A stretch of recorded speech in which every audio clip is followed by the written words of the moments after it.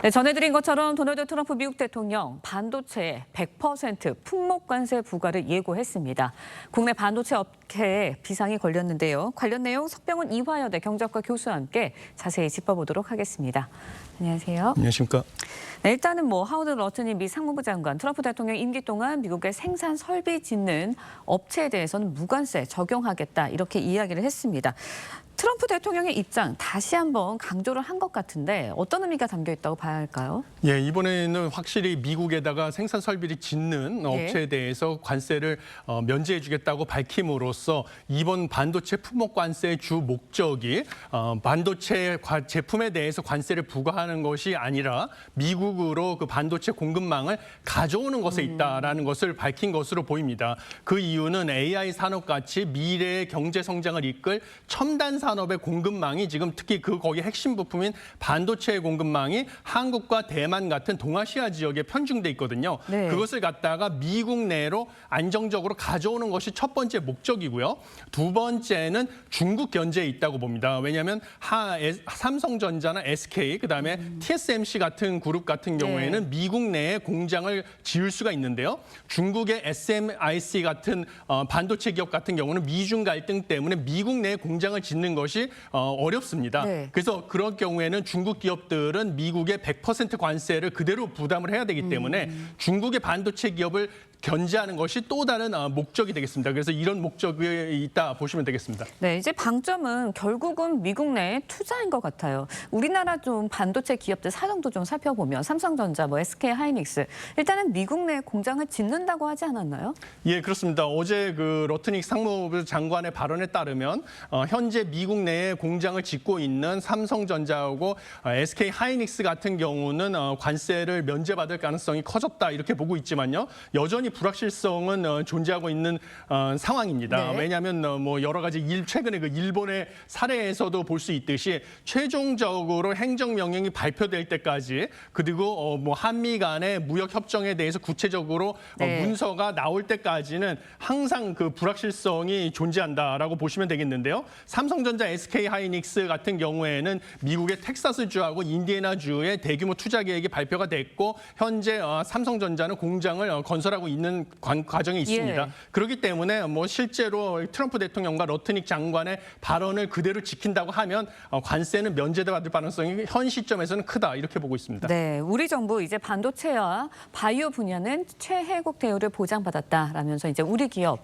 100% 관세를 부담하게 될 일 없다. 다시 한번 강조를 했는데 내용 준비했습니다. 듣고 이야기 이어가겠습니다.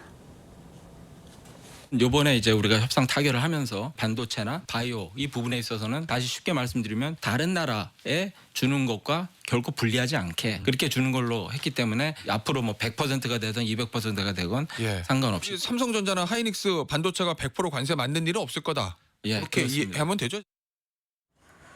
일단 관세를 맞을 이유는 없을 것이다라는 가능성이 높다라는 이야기는 하고 있지만 일각에서는 미국이 언제 또 마음을 바뀔지 모르잖아요. 그러니까 아무리 우리가 최혜국 대우 약속을 받았다고 해도 전적으로 믿을 수 없다 이런 이야기도 하고 있거든요. 어떻습니까? 예, 맞습니다. 저도 그런 점에서 동의를 합니다.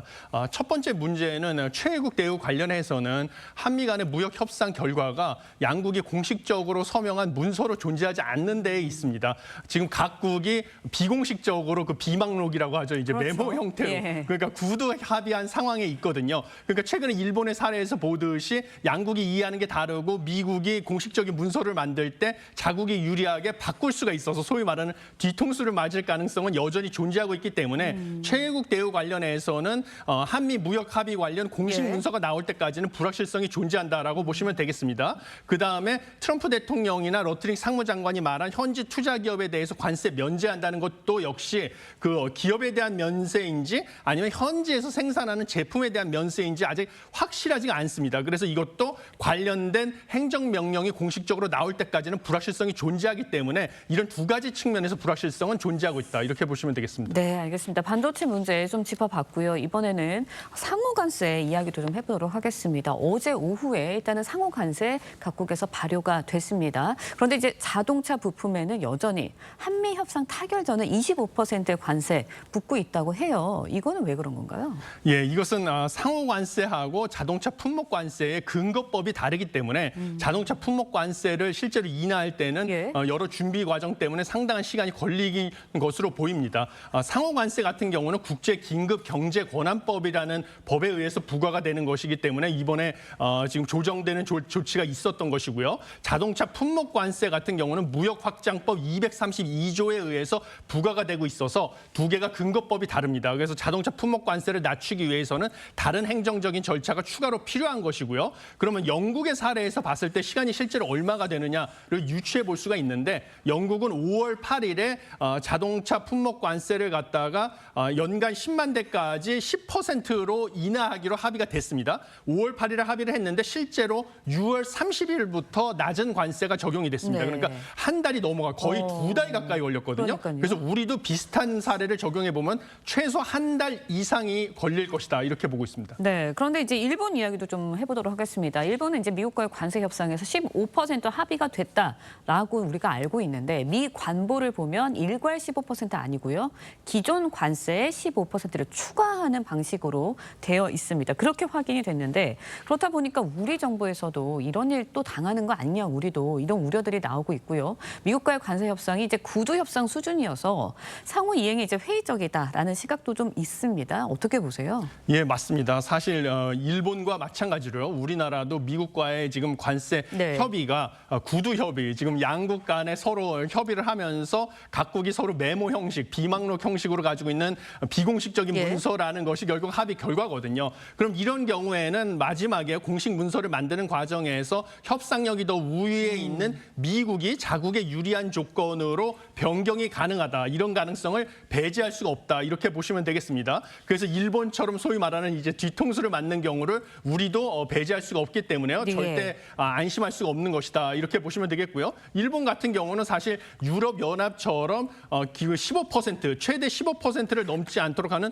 특례 조치를 받았다. 미국 측으로부터 약속받았다라고 믿고 있었는데 그게 아니라 앵커님께서 말씀하신 것처럼 기존의 관세, 예를 들면 뭐 기존에 4% 관세가 적용되는 의류 품목이 있었다라고 하면 여기에 추가적으로 15%가 붙어서 19%의 관세를 부담한다라는 것으로 밝혀져 가지고 지금 상당히 당황하고 있는 그런 상황이 됐는데 우리도 이런 상황을 겪을 수 있다라고 보고 있습니다. 아, 그렇다면 우리는 어떻게 좀 대응을 해야 되는 거예요? 지금 상황에서는. 예, 지금 이제 뭐 관건은 25일로 예정돼 있는 이재명 대통령과 트럼프 미국 대통령의 정상회담에서 좀 면밀하게 대응을 해야 되는데요. 사실 우리가 예를 들면 뭐 집을 살 경우에도 많이 겪어보셨겠지만 집을 파는 사람들, 매도자 우위 시장에서는 마지막에 계약서 작성하는 단계에서 뭐 늦게 나타나면서 네. 나중에 또 금액을 올리고 뭐 이런 경우를 많이 당해 보셨을 것입니다. 그래서 그런 경우를 겪을 가능성도 충분히 예상을 하고 그럴 경우를 대비해서 다른 옵션이라든지 다른 우리가 카드를 제시할 히든 카드를 준비해야 된다 이렇게 보고 있습니다. 네, 알겠습니다. 말씀하신 것처럼 이르면 25일 이재명 대통령과 이제 도널드 트럼프 미국 대통령 첫 정상회담 열릴 것으로 전망이 되고 있습니다. 관세 협상도 이 부분에서 이때 좀 협의가 되지 않을까라는 생각도 드는데 방위비 문제도 좀 이야기가 나오지 않을까라는 생각이 들어요. 어떻게 우리가 전망해 볼 수 있을까요? 예, 그래서 이번 정상회담 같은 경우는요, 그 논의될 핵심 사항이 관세 분야에서는 일단 3,500억 달러 규모의 대미 투자 운용 방안에 대한 세부 사항이 관건이 될 수도 있고요.